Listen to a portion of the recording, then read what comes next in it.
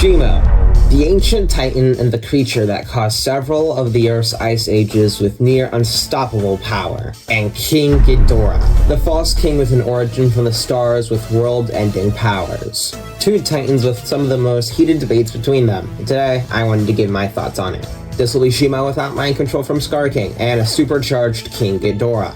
Both will be in somewhat equal terrain, so Shimo won't be in some icy area, and Ghidorah can't hide away in a storm. If you've watched my videos, you know the drill. But for anyone new, here's the stats we'll be going over. Size and weight, strength, durability, intelligence, abilities, speed, agility, stamina, combat, attack potency, and destructive capacity. With all out of the way, let's begin. Size and weight.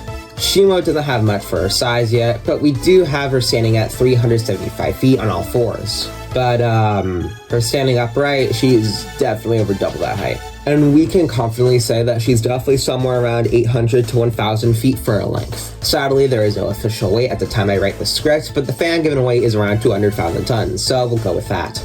King Ghidorah stands at 521 feet with no length, but we can assume around 300 feet, and a wingspan of 1,300 feet, and he weighs 141,056 tons.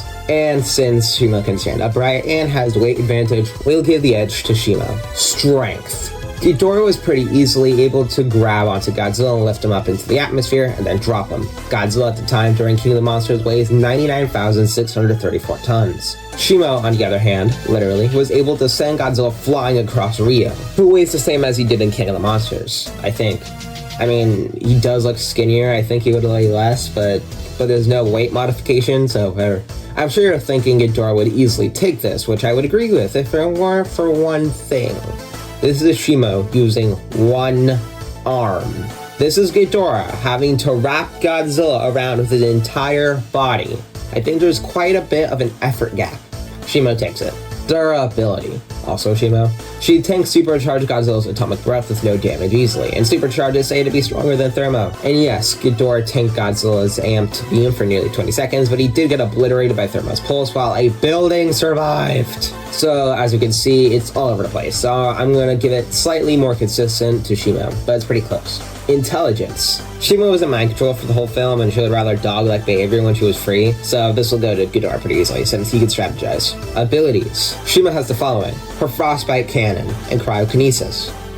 Yeah, that's it. On the other hand, or wing, Ghidorah has gravity beams, wing lightning, flight, atomkinesis, alpha call, telepathy, regeneration, and energy absorption. Ghidorah takes this by a mile. Speed. Shimo takes land speed, but Ghidorah takes overall speed since he can fly and travels much more fast.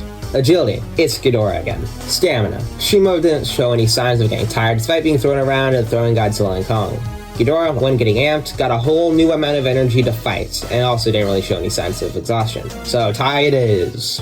Combat. Ghidorah fought very well against Godzilla and could overwhelm him with his superior strength. You should go watch this video when you're done. Well, Shimo showcased her ability to fight, where she is outdoing Godzilla and Kong while having to constantly switch fights to save Scar King. But because Ghidorah is more flexible and shows him using his body extremely effectively, I'll give the close edge to Ghidorah. Attack potency. Shimo can cause Godzilla to wail out in pain like damn. And this is him in his evolved form, which is above thermonuclear cope, and Ghidorah couldn't even damage him. In fact, Thermo was absorbing him. I don't think Shimo could really harm Thermo just because, well, fire versus ice. But I still do think Shimo should take this category against Ghidorah. Destructive capacity. Shimo was able to cause a small blizzard over Rio, a tropical city. Ghidorah was able to destroy several of the states with Rodan, so that's a bit more impressive. Ghidorah would take this if it weren't for one thing. Shimo caused several ice ages across the globe. Several.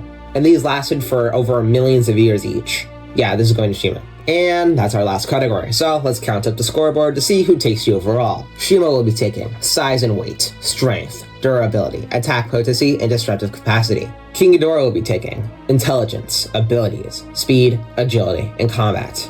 Both tie with stamina. With a score of 7-6, Shimo takes the close edge in the overall. But will this winner to fight? Let's see.